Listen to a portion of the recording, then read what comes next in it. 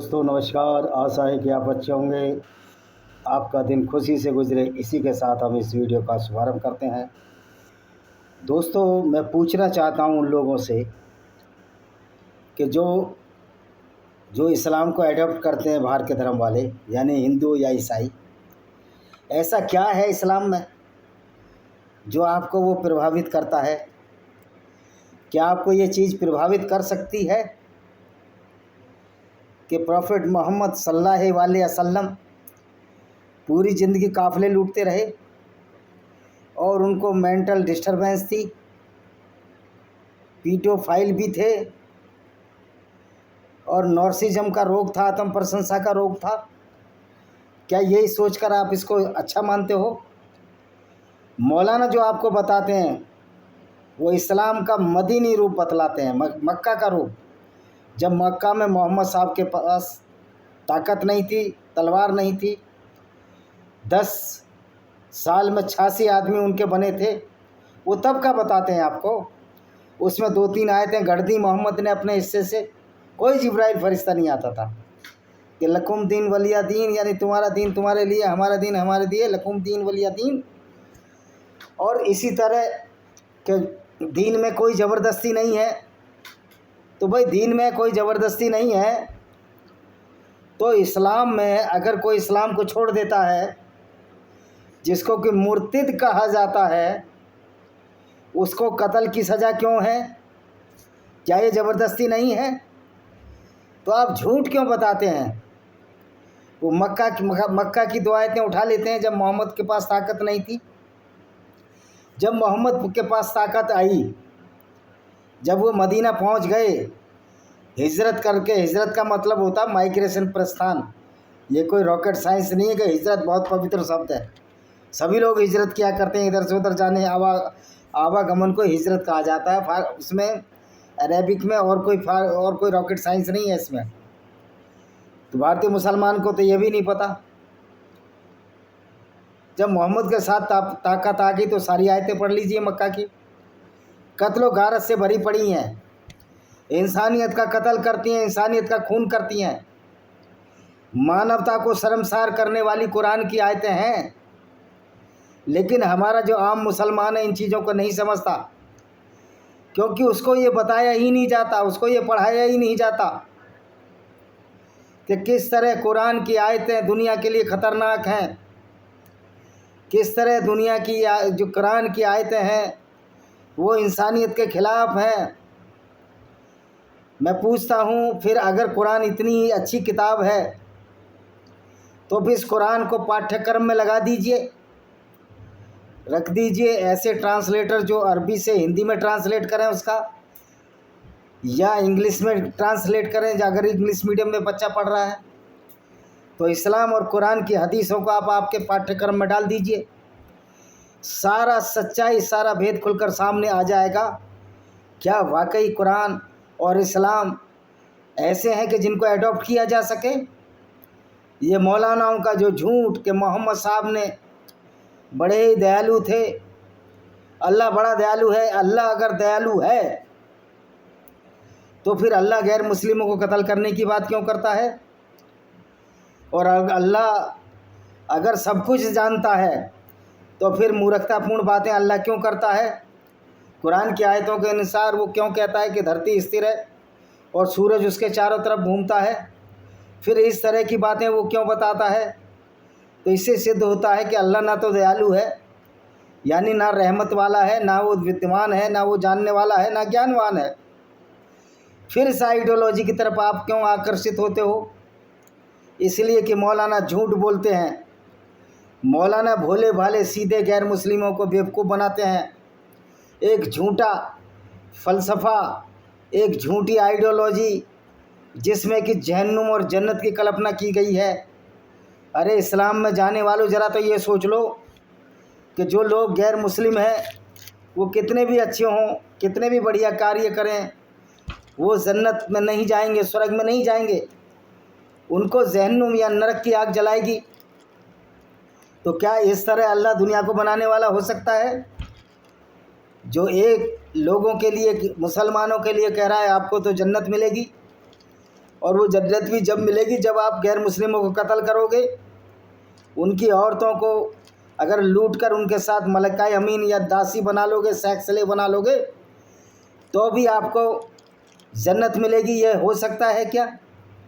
गोया कि अल्लाह ना हो गया, अपराधियों का सरदार हो गया, जो जितना बड़ा अपराध करेगा उतनी बड़ी जन्नत उसको, उतनी ही बड़ा जब पहले जन्नत फिरदौस मिलेगी, पहले अव्वल दर्जे का उसको जन्नत मिलेगी, जहाँ नहरें होंगी दूध की, शराब की और क्या शहद की नहरें होंगी। क्या ये संभव है कि कोई दूध की नहर हो सकती है क्या? या कोई शराब की नहर हो सकती है? या कोई शहद की नहर हो सकती है? यानी कि इस तरह का झूठा जो सब्जबाग हमारे मुसलमान मौलाना गैर मुस्लिमों को दिखाते हैं, बेचारे भोले भाले गैर मुस्लिम उसमें फंस जाते हैं। अल्लाह अगर इतना ही ताकतवर था तो अरब में तो एक नदी भी नहीं है, अरब में तो एक नहर भी नहीं है, तो अल्लाह ने जहाँ पैगंबर को भेजा, जब मैसेंजर ऑफ अल्लाह को भेजा, मोहम्मद सल्लल्लाहु अलैहि वसल्लम को भेजा, वहाँ एक भी नहर क्यों नहीं है, एक भी नदी क्यों नहीं है? तो मोहम्मद ने लोगों को बेवकूफ़ बना दिया। ये दुनिया तो कुछ भी नहीं है, आखिरत के बाद की दुनिया है, यानी कि जो जी रहे हो ये दुनिया कोई मायने नहीं रखती आपके लिए। तो मोहम्मद के लिए जब ये कोई दुनिया मायने नहीं रखती थी, तो मोहम्मद पूरी ज़िंदगी धन दौलत लूटने में क्यों लगे रहे? मोहम्मद पूरी ज़िंदगी अपने साथियों के साथ अपने काम वासना और अपने साथियों के साथ लड़कियों को लूट कर उनके साथ अपनी हवस पूर्ति कैसे करते रहे? कैसे 13-14 शादियाँ करी, इवन 6 साल की आयशा के साथ भी शादी कर ली और 9 साल की उम्र में उसको कंज्यूमेट कर लिया। तो फिर जब ये ज़िंदगी कुछ नहीं है तो मोहम्मद ने क्यों धन इकट्ठा करने की कोशिश की? क्यों सलमान फारसी को भाग दिया? क्यों बागे फदक जो फातिमा के हिस्से में था वो भी मोहम्मद ने लूटा था लोगों से? अब कहते हैं मोहम्मद ने तो ख़रीदा था। तो मोहम्मद ने पहले तो दिनार लूटे, उनके यहूदियों के काफ़िले लूटे और उससे अपने ही किसी मुस्लिम भाई से ख़रीद लिया या उसको दे दिया। लोग कहते हैं कि जब मोहम्मद मरे थे तो उनके घर में खाने को कुछ भी नहीं था। भाई आप अगर इस तरह से लूट पाट का माल करोगे तो निश्चित तौर पर खाने को कहाँ रहेगा। अगर अच्छे काम करते, अच्छे कर्म करते तो सब कुछ रहता, खाने को भी रहता। और आज जो तुम्हारे कैरेक्टर की जो धज्जियाँ उड़ रही हैं, बखेड़ा उड़ रहा है, पूरा मुस्लिम उम्मा, मुस्लिम जगत डरता है कि मोहम्मद को कहीं पिक्चराइज ना किया जाए, पर्दे पर ना करा जाए। पर्दे पर उतार दिया तो मोहम्मद के कैरेक्टर का सिराजा बिखर जाएगा। तो ये लोग डराने और धमकाने की कोशिश है, सर तन से जुदा के नारे। भाई आपको ये होश होना चाहिए कि अगर सर तन से जुदा के नारे 20% कौम लगा सकती है तो 80% गैर मुस्लिम भी सर तन से जुदा के नारे लगाने लग जाएं तो इस देश का क्या होगा, इस दुनिया का क्या होगा? आपको सोचने समझने की बात है। मुसलमानों का जो दुनिया में परसेंटेज है उससे तो 6% कम ही परसेंटेज इंडिया में है उनका। तो यहाँ तो उनकी इतनी ताकत भी नहीं है, एवरेज से भी कम मुसलमान हैं। या इसमें भी अगर आप न समझो कि हम किस तरह से एक झूठी आइडियोलॉजी, झूठे कुरान के पीछे पड़े हैं। और मज़े की बात यह है कि इसी चीज़ को मौलाना झूठ बोल बोल कर हिंदू, अभी एक मोहम्मद छांगुर पकड़ा गया है। भाई ऐसे इस्लाम में जाने का क्या फ़ायदा है जिसको कि 6% तो भारत में मुसलमान कहते हैं कि हमारा अल्लाह में विश्वास नहीं है। करीब 5 लाख 2019 की फिगर है, 5 लाख पाकिस्तानी मुसलमानों ने इस्लाम छोड़ दिया है और पूरी दुनिया में इस्लाम छोड़ने वालों की संख्या हो रही है। अरब में 6% ने बोल दिया हमारा कोई अल्लाह में विश्वास नहीं है।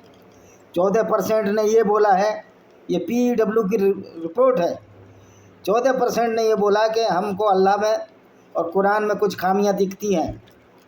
तो सवाल तो जब उठेंगे तो ये जो मुसलमान बनते हैं लोग, इनको सवाल नहीं उठते। महेंद्र पाल सिंह यादव एक अपने को कृष्ण वंशी होने का दावा करने वाला भी मुसलमान बन गया। तो कितना ब्रेन वॉश इन मौलानाओं द्वारा किया जा रहा है। मैं मौलानाओं से पूछना चाहता हूँ, इस्लाम में कोई ऐसी चीज़ तो बताओ जो उसमें लोग जाएं, उसको अच्छा माने। क्योंकि जब आप मुसलमान नहीं हैं तो इस्लाम तो हमको अच्छा नहीं मानता है। और इस्लाम ना मानने वालों को जहन्नुम की आग में जलाने की बात करता है। यानी कि नफ़रत फैलाने वाली आइडियोलॉजी है। तो कोई जो हिंदू से मुसलमान बना वो भी नफ़रत फैलाएगा, क्योंकि ब्रेन वॉश इतना हो चुका है हमारे मुसलमान भाइयों का। इन मौलानाओं ने इतना ब्रेन वॉश कर दिया है कि उनको सच्चाई समझ में ही नहीं आती। इस्लाम की सच्चाई को नकारने वाले ये मौलाना कब तक इस सच्चाई को छिपाते रहेंगे कि जो इस्लाम की आइडियोलॉजी है, जो इस्लाम की मानव विचारधारा है, जो रिटिन में है, डिस्क्रिप्शन में है, वो किसी भी तरह से दुनिया के फ़ायदे के लिए नहीं है। अब मैं पूछना चाहता हूँ, ये इस्लामिक आतंकवाद करके लोगों को मार कर के कौन सी जन्नत जाएंगे, कौन से जहन्नुम में गैर मुस्लिम जाएंगे? क्या वहाँ से कोई लौट कर आज तक कोई गया है, मुसलमान आया है? तो ये एक कहते हैं कि क़यामत के बाद सब कुछ होगा। तो क्या क़यामत किसी ने देखी है? और क़यामत के बाद सब कुछ होगा ये किसको पता है? क्या कोई वहाँ 72 हूरें देख कर आया है? क्या कोई जन्नत और जहन्नुम देख कर आया है? यानी कि सारा का सारा जो सिराजा है वो झूठ और फ्रॉड पर आधारित है।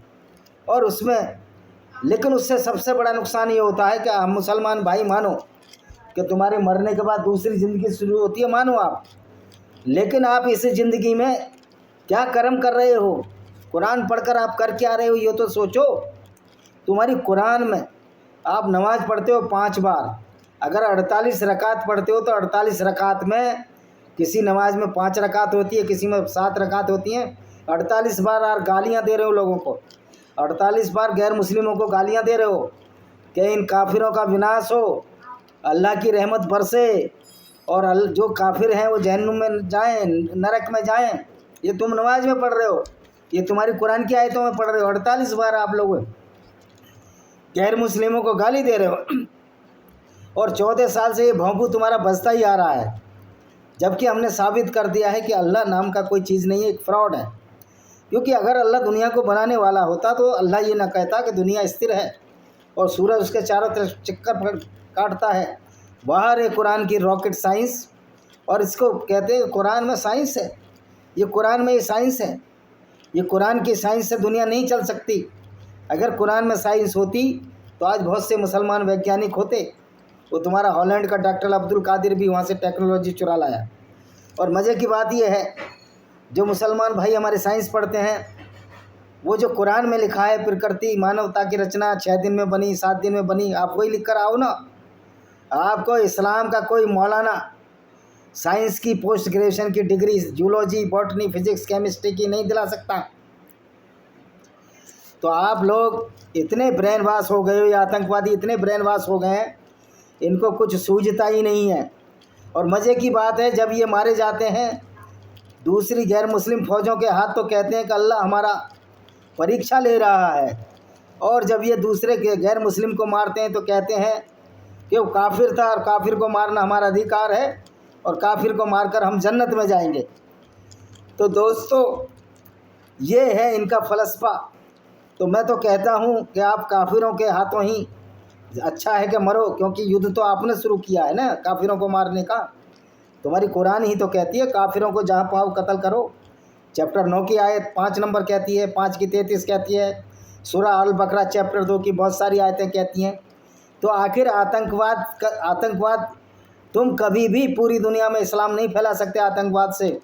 वरन होगा ये कि जो रिपोर्ट आती है कि सबसे ज़्यादा गैर मुस्लिमों का हाथों मुसलमान ही मारे जाते हैं, इसी अपनी ज़िद की वजह से, इसी अपने ब्रेन वॉश की वजह से। वो ब्रेन वॉश जो ये मानता है कि एक मुसलमान 10 के बराबर होता है। पहले तो आपके मोहम्मद कहते थे एक मुसलमान 20 के बराबर होता है, ये कुरान में लिखा है आपकी में। लेकिन जब मोहम्मद एक लड़ाई हार गए, कमज़ोर पड़ने लगे, नहीं ये चलेगा नहीं, एक मुसलमान 10 के बराबर होता है। अब तो मैं ये देख रहा हूँ कि 93,000 मुसलमान भी भारतीय 5,000 फ़ौज के बराबर नहीं हो पाए। 93,000 फ़ौजियों की पंटें गीली हो गई। और ये तुम्हारे अल्लाह का ईमान, अल्लाह की ताकत में जो विश्वास रखते हो, ये सब फ्रॉड है, फ़लसफ़ा है। अगर अल्लाह की इतनी ताकत थी तो हमास ने जो अल्लाह के नाम पर जो लोगों का कत्ल किया, फिर इजराइल ने तुम्हारा मार मार कर भूसा क्यों भर दिया? तो कहेंगे ये तो अल्लाह जो हमारी वो ले रहा है, परीक्षा ले रहा है, अल्लाह हमारे को नाप रहा है, माप रहा है, अल्लाह हमारी सब्र की परीक्षा ले रहा है। तो तुम ये परीक्षा देते रहोगे। और इस तरह हमारे मुस्लिम भाइयों की पीढ़ियां बर्बाद होती रहेंगी इस्लाम के चक्कर में। तो भाइयों, मुस्लिम भाइयों, मैं कहना चाहता हूं कि ये जिहाद का चक्कर छोड़ो, ये जिहाद का पागलपन छोड़ो, क्योंकि जिहाद असगर करने में, जो कि दूसरों को कत्ल करना, दूसरों की औरतों को लूटना, दूसरों को मार देना, जैसे कि पहलगाम में हुआ, ये जिहाद असगर से न तुम्हारा भला होगा न दुनिया का भला होगा। होगा ये कि उसके बाद जब गैर मुस्लिम आपसे आजीज आ जाएंगे, तंग आ जाएंगे, उसमें हमारे भोले भाले मुसलमानों को भी जान से हाथ धोना पड़ेगा, क्योंकि 80% आबादी पूरी दुनिया में गैर मुस्लिम है। फ़ौजें भी उनकी ज़्यादा मजबूत हैं, सब कुछ मजबूत है। इसलिए सऊदी अरब और यूनाइटेड अरब अमीरात, जो अरबिक देश हैं, वो इस जिहाद में बिल्कुल रुचि नहीं कर रख रहे। वो डेवलपमेंट में रुचि रख रहे हैं। उनको पता है कि अल्लाह का झूठा है, ये हदीसें झूठी हैं। मोहम्मद बिन सलमान ने तो कह ही दिया कि हदीसों पे कोई विश्वास नहीं, सारी हदीसें हटो, बच्चों को हम मस्जिद में नहीं जाने देंगे, सारे मदरसे बंद करो। क्योंकि मोहम्मद बिन सलमान भी जानते हैं कि इस्लाम का जिहाद अब ज़्यादा चलने वाला नहीं है। इस्लाम के जिहाद की सांस उखड़ चुकी है, ये आखिरी सांसें भर रहा है। इसलिए बहुत से हमारे मुस्लिम भाई भी कह देते हैं हम तो भाईचारा चाहते हैं। वो भले अंदर से कहें बाहर से कहें, मैटर अलग नहीं, ये मैटर नहीं माने रखता। अभी मोहन भागवत जी किसी सुन्नी मुस्लिम धर्म गुरु से मिले हैं। मैं मोहन भागवत जी से और सुन्नी मुस्लिम गुरु से, दोनों से पूछना चाहता हूँ, क्या आप कुरान को बदल दोगे? क्या मोहन भागवत की इतनी हैसियत है, या उस सुन्नी मौलवी या मुफ्ती की इतनी हैसियत है वो कुरान को बदल सके? क्योंकि कुरान में ही लिखा है, ये तो अल्लाह का ऊपर से किताब आई है, और ऊपर से ये पहली किताब है जो ऊपर से आई है, और पता नहीं प्रिंट हो के आई है ना प्रिंट हो के आई है। और ऊपर से जो प्रतिलिपियाँ आई हैं, जैसा कि ये कहते हैं, जो चमड़े और हड्डियों के टुकड़ों पर लिखी गई, उनको तो इनके तीसरे खलीफा उस्मान ने जलवा दिया था, और फिर उसमें से किताबें कंपाइल की, जिसमें बहुत सी जो आयतें हैं वो तो कुरान से हटा दी गई। जिसमें एक रजम की आयत है, पत्थर मार मार कर सज़ा देने की, वो कुरान से हटा दी गई, उसको बकरी खा गई। तो ये अल्लाह कैसा अल्लाह है जो अपनी किताब की भी रक्षा नहीं कर सकता? बकरी आयतें खा जाती हैं उसकी। और फिर शैतानी आयतें भी हैं, जिसमें सलमान रश्दी ने किताब लिखी है कि मोहम्मद ने कुछ ऐसी आयतें बोली, उसने अपनी तीनों लात, मन्नात और अल-उज्जा देवी को माना, और मतलब बुत परस्ती को भी बढ़ावा दिया उन्होंने। ये 2-3 चैप्टर में वो आयतें हैं। तो मोहम्मद ने बाद में ये कह दिया, जब उसको प्रेशर पड़ा, कि मेरे ऊपर तो शैतान आ गया था। अब जो अल्लाह मोहम्मद से शैतान से मोहम्मद की रक्षा न कर पाया हो, वो कैसा अल्लाह है?